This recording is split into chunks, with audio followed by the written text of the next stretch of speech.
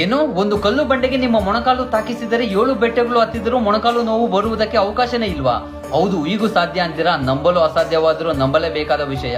ಇದಕ್ಕೆ ಕರ್ತೃ ಕರ್ಮ ಕ್ರಿಯೆ ಯಾರೆಂದರೆ ವೈಕುಂಠ ತ್ಯಜಿಸಿ ಭೂಮಿಯ ಮೇಲೆ ನೆಲೆಸುತ್ತಿರುವ ಕಲಿಯುಗ ಪ್ರತ್ಯಕ್ಷ ದೈವ ವೆಂಕಟೇಶ್ವರ ಸ್ವಾಮಿಯ ಅನುಗ್ರಹ ಮತ್ತು ಅವರಿಗೆ ತಮ್ಮ ಭಕ್ತರ ಮೇಲಿರುವ ಅಗಾಢವಾದ ಪ್ರೀತಿ. ಇದನ್ನು ನಾವು ಕಾಣಬೇಕಾದರೆ ತಿರುಮಲಕ್ಕೆ ಕಾಲ್ನಡಿಗೆಯಲ್ಲಿ ತೆರಳುವ ಅಲಿಪಿರಿ ಮೆಟ್ಲು ಮಾರ್ಗದಿಂದ 200 ಮೀಟರ್ ಮುಂದೋದರೆ ಬಲಗಡೆ ಈ ಬೃಹತ್ ಬಂಡೆ ಕಾಣಿಸುತ್ತದೆ.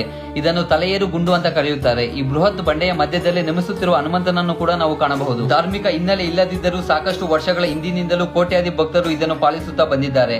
ಅದರ ಸಾಕ್ಷಿಯಾಗಿ ಈ ಬಂಡೆಯ ಪದರದ ಮೇಲೆ ಮೊಣಕಾಲು ಗಾತ್ರದ ಅಳಿಗಳು ಬಿದ್ದಿರುವುದು ನಾವು ಕಾಣಬಹುದು. ತಿರುಮಲ ಚರಿತ್ರೆಯ ಪ್ರಕಾರ ಆಗಿನ ಕಾಲದಲ್ಲಿ ವೆಂಕಟೇಶ್ವರ ಸ್ವಾಮಿಯ ಪರಮ ಭಕ್ತರಾದ ಶ್ರೀಕೃಷ್ಣ ದೇವರಾಯರು, ಅನ್ನಮಯ್ಯಾಚಾರ್ಯರು ಮತ್ತೆ ಪುರಂದರ ದಾಸರು ಕೂಡ ಇಲ್ಲಿ ತಮ್ಮ ಮೊಣಕಾಲು ತಾಕಿಸಿ ಗೋವಿಂದ ನಾಮ ಜಪಿಸುತ್ತಾ 7 ಬೆಟ್ಟಗಳು ಹತ್ತಿದ್ದಾರಂತೆ. ತಿರುಮಲಕ್ಕೆ ಕಾಲ್ನಡಿಗೆಯಲ್ಲಿ ಹೋದರೆ ಒಮ್ಮೆ ಈ ತಲೆಯೇರು ಗುಂಡಿಗೆ ನಿಮ್ಮ ಮೊಣಕಾಲನ್ನು ತಾಕಿಸಿ ಮುಂದೆ ಹೋಗಿ. ಖಂಡಿತ ತಿಮ್ಮಪ್ಪನ ಅನುಗ್ರಹದಿಂದ ನಿಮಗೆ ಕಾಲು ನೋವು ಬರದ ರೀತಿ ನೋಡುತ್ತಾರೆ.